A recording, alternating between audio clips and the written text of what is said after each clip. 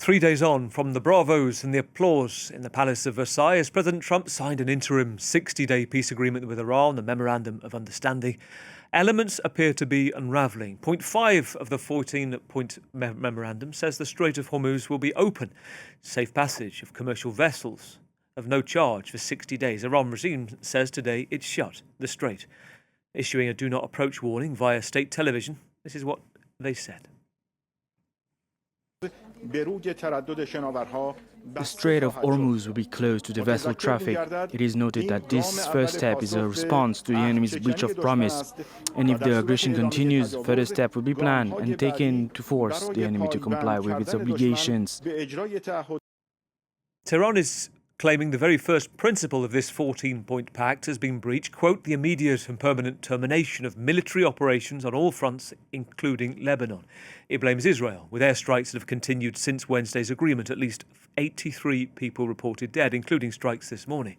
Israel says it was responding to continued breaches by Hezbollah, backed by Iran, and fired 50 missiles this morning. The day before, 4 Israeli soldiers were killed when a tank was hit by a suspected drone. The US Vice President J.D. Vance says he's seen no evidence of the opening up. The fact that it's closing, he said, it is still opening up, that it hasn't been hindered. He said, meanwhile, he will be heading to the talks by Lake Lucerne, that he should be there, quote, in the coming days. So 2 things happening at the same time. Let's bring in Ehud Olmert, the former Israeli Prime Minister from 2006 to 2009. Welcome back to France 24, Ehud. It's nice to have you back with us. There is a diplomatic whack-a-mole right now. How do you see the state of this agreement right now and what we're seeing unfolding? I don't know much, but I can watch the news as you and others reported, and I understand that while there is an agreement in principle and it was electronically signed by the president and the Iranian side, there are still quite a few technical disputes about the implementation process, particularly regarding the linkage between Iran and Lebanon. And this is not an easy issue because the fact is that Hezbollah is a terrorist, very, very aggressive and active terrorist organization, which is keeping its attacks on the Israeli side, and it has to stop. There was a declared ceasefire yesterday afternoon, but the Hezbollah were continuing their attacks, mortar shells and drones, violent drones, coming over to the Israeli side. So it can't be left without an Israeli response. That has to be settled somehow. And there are push and pull factors constantly, which turns this situation, as some commentators say, into almost a Gordian knot. President Trump's team see a way through this. But you've also witnessed, as we all have in the last few days, and I would like to get your take on this, the criticism, particularly of the far right, the right-wing government officials by J.D. Vance this week. For those that missed it, he talked about the US being the only ally left. This is what he said. I think Vance is right. The US is the only ally left for Israel. And unfortunately, the Israeli government is grossly influenced and manipulated by the extremist messianic partners, particularly Ministers Ben-Gvir and Smotrich, which hold very tight balance in the government. And Netanyahu completely depends on their support. So there is a growing margin between the basic approach of the United States government now and the expectations, the initial expectations of the Israeli government. And yes, there is a likelihood that this will grow and it will come to a point where President Trump will have to exercise what he says his power of persuasion, which is that he will force Netanyahu to do what he tells him to do. If this comes to it, I think that that will be a turning point in the relations between the Israeli government and the American president. And the statements made by Netanyahu's partners are certainly not helping. Israeli government. To that point, let's take a listen, because you mentioned the point about whether President Trump has to do something. It was kind of tacitly reinforced by J.D. Vance about the aid, the weaponry, the assistance the US provides. Let's take a listen. Over the last 3 months, 2/3 of the defensive weapons that have protected your homeland have been built by American hands and paid for by American tax dollars. The problem for Israel is not Donald J. Trump. And anybody in Israel who thinks their biggest problem is the President of the United States needs to wake up and smell the reality of the situation. So that from J.D. Vance, and you mentioned President Trump too. He also said, this is extraordinary comments this week, where he said he thought the Syrian leader, a former jihadist, would do a better job than Israel in defeating Hezbollah. I'm not quite certain about that, although it is true that the ISIS forces, which make up now largely the Syrian government, are known to have traditional hatred and differences with the Shiite community, which make up the Hezbollah. So, in principle, they are not friends. But I doubt that Syria is really capable of combating Hezbollah, is willing to enter into this in the first place. It has to be done by an American person or Iran. Iran is the financer, is the supporter, provides all the means, the weapons, the finances to Hezbollah, and Hezbollah is not capable of really waging any serious effort without the support of the Iranians. So it comes back to what I said at the beginning. The linkage between Iran and Lebanon is not helpful. It is definitely a result of serious Iranian pressure on the president and his desire to reach an agreement which seems to depend on this linkage. But I think that this linkage is not helpful and is going to cause lots of difficulties and misunderstandings and violations and confrontations, which is certainly not something.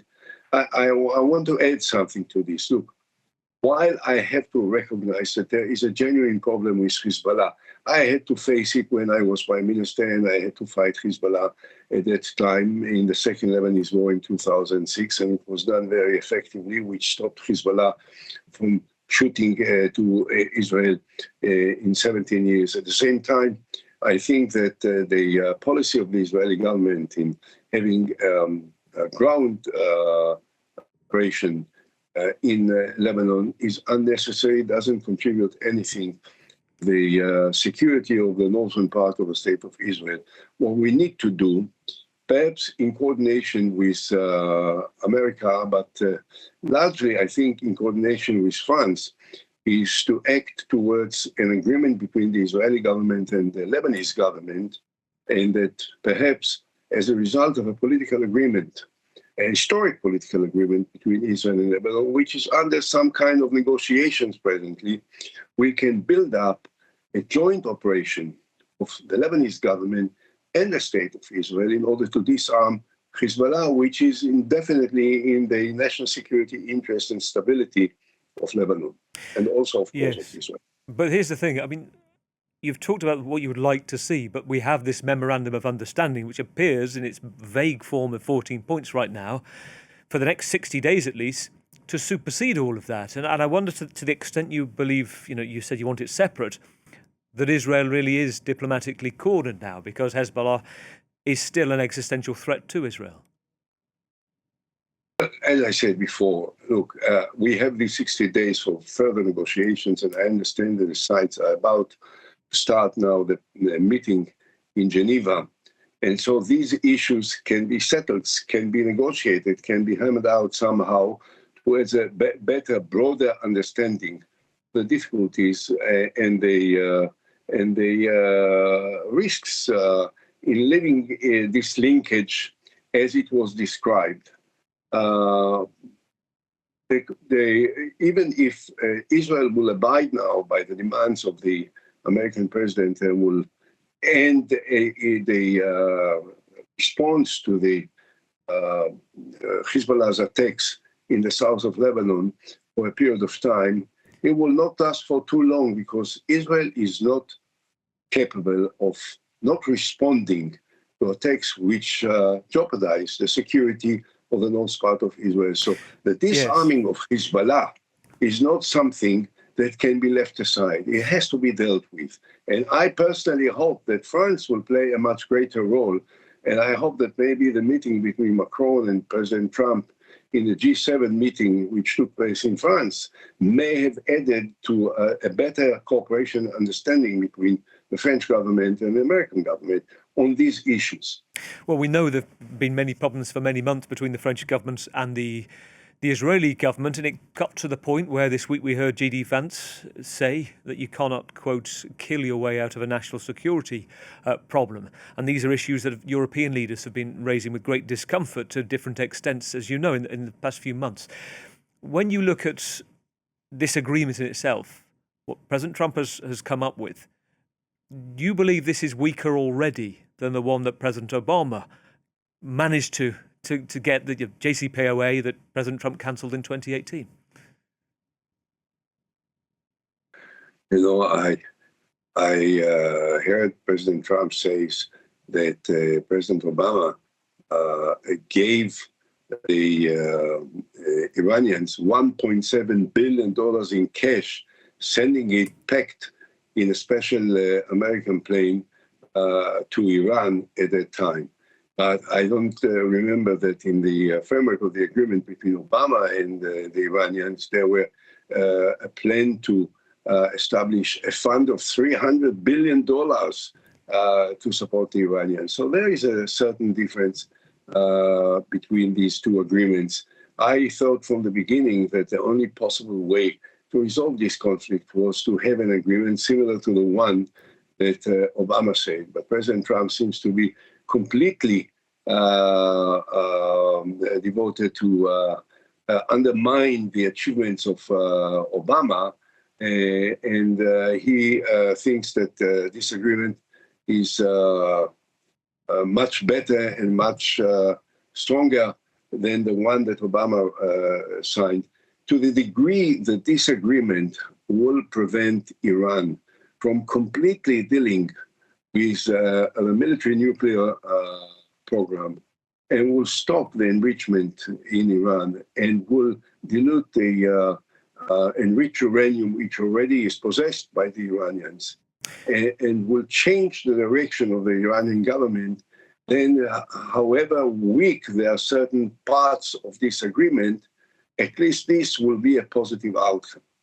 To that point, when you talk about the $300 billion, and we heard Ted Cruz, he's got his own podcast now, the prominent Republican, former candidate for president, saying that how can you give this money in however capacity with its industries or businesses to which a country with a leadership and a regime that's intent, publicly talking about death to America and suddenly flooding in with money. On the other side of that, Ehud, I've heard a number of senior officials, Israeli watchers and analysts saying that actually the Israeli regime won't like to open up to American businesses because the money to the IGRC might start to be diluted. So there's another take on that. But then we have a separate issue, which I'd like your take on. The reason that President Trump outlined the day the war began. This is what he told, remember, let's take a listen, the people of Iran.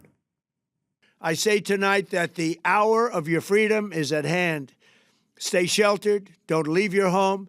It's very dangerous outside. Bombs will be dropping everywhere. When we are finished, take over your government. It will be yours to take. This will be probably your only chance for generations. Ehud, did you think at that time that change would come? That we're not seeing regime change right now, although Trump's cabinet says this third level of Iranians they're dealing with, they say they are far better, they claim, to deal with. Well, I happened to have been in Washington on the 28th of February, and I watched President Trump saying what he said, and I was wondering a little bit because I knew, based on what I have dealt with in Iran at the time that I was prime minister, that the fantasy that with one military attack, even as however successful and effective that it was, that you can bring down the regime, was a dream not coming true. And I think it's quite clear now when you bring this statement by President Trump on the 28th of February that the Iranian government is not coming very close to collapse anyway, and that the agreement signed now will definitely help them strengthen the weaknesses that have been manifested during the war between Iran, Israel, America, Israel, and Iran. And therefore, we are not coming any closer to the collapse of this regime. And this regime remains extreme, fundamentalist, murderous,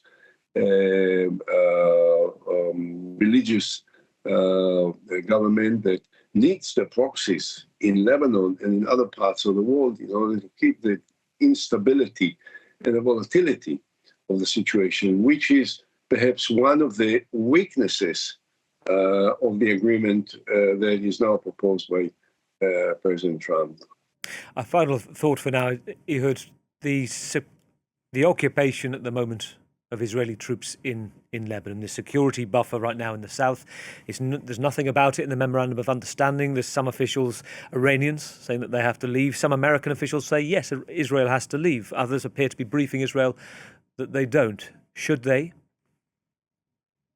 I don't remember that there's anything in the agreement, in the 14 points that we are familiar with, that says that Israel needs to pull out from the south of Lebanon. I personally think that there is not any particular advantage to the security of the state of Israel by being on the south of Lebanon. And therefore, I was in the first place when it started in March of 2026.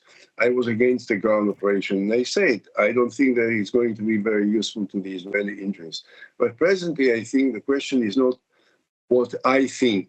And I have an entirely a different attitude and position than the Israeli government. You know, I'm not a supporter of the Israeli government. I'm quite in opposition to the Israeli government. But the question is, can we guarantee that Hezbollah will refrain from endangering the north part of the state of Israel? If that can be achieved, then I think obviously Israel should withdraw back to the international line and continue negotiations with the Lebanese government or an arrangement that can jointly, effectively disarm the Hezbollah. Ehud, always good to hear and talk to you. Ehud Olmert, thank you for your time.